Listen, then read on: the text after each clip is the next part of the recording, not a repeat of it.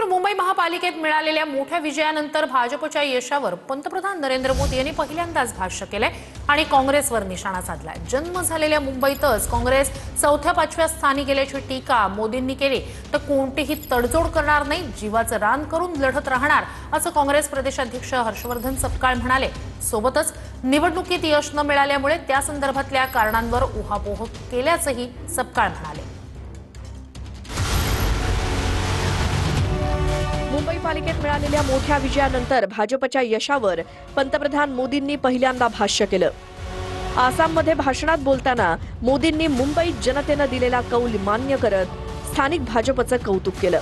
मुंबई वहां की जनता ने पहली बार बीजेपी को रिकॉर्ड जनादेश दिया। जीत मुंबई में हो रही है, जश्न काजीरंगा में मनाया जा रहा है। जिस मुंबई शहर में कांग्रेस का जन्म हुआ था, वहां वो आज चौथे या पांचवें नंबर की पार्टी बन गई है। याचवेळी मुंबईत जन्मलेल्या काँग्रेसचा उल्लेख करत मोदींनी जोरदार हल्लाबोल केला। तर निवडणुकीत यश न मिळाल्यामुळे त्या संदर्भातल्या कारणांवरती उहापोह केल्याचं काँग्रेस प्रदेशाध्यक्ष हर्षवर्धन सपकाळ म्हणाले।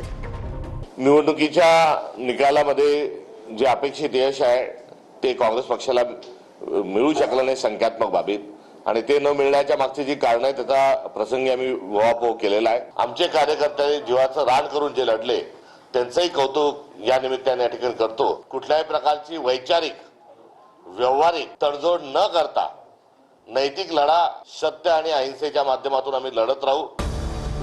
तिकडे पुण्यात पालिका निवडणुकीतील पराभवानंतर बोलावलेल्या बैठकीत काँग्रेस चिंतन करणार आहे। यावेळी पराभूत उमेदवारांना पडलेल्या मतांचा आढावा घेतला जाणार आहे। तर सोलापुरातल्या पराभवानंतर काँग्रेसच्या खासदार प्रणिती शिंदेंनी भावनिक पत्र लिहिलंय। अनेक महिन्यांची मेहनत, रस्त्यावर फिरून केलेला संघर्ष, लोकांपर्यंत पोहोचवलेला विचार आकड्यांमध्ये उतरला नाही याची खंत प्रत्येकाच्या मनात आहे। हा पराभव वेदनादायक पण अंतिम नाही। बलाढ्य धनशक्ती, सत्तेचा दुरुपयोग, यंत्रणांचा गैरवापर, धार्मिक ध्रुवीकरणाच्या अंधारलेल्या वाटेवर निवडणुकांना सामोरे गेलो, तरीही आपण शेवटच्या क्षणापर्यंत लढलो। आपल्या सोलापूरच्या भल्यासाठी संघर्ष करत राहिलो। राजकारणात जय पराजय हे येत जात असतात, मात्र कार्यकर्त्यांचा आत्मविश्वास, निष्ठा आणि प्रामाणिकपणा हीच खरी शिदोरी असते। बलाढ्य धनशक्तीचा कसा सामना करायचा यावर चिंतन करायला हवं। सोलापूरचं हित हेच आपलं ध्येय। तुमच्या मेहनतीला, निष्ठेला आणि संघर्षाला माझा सलाम।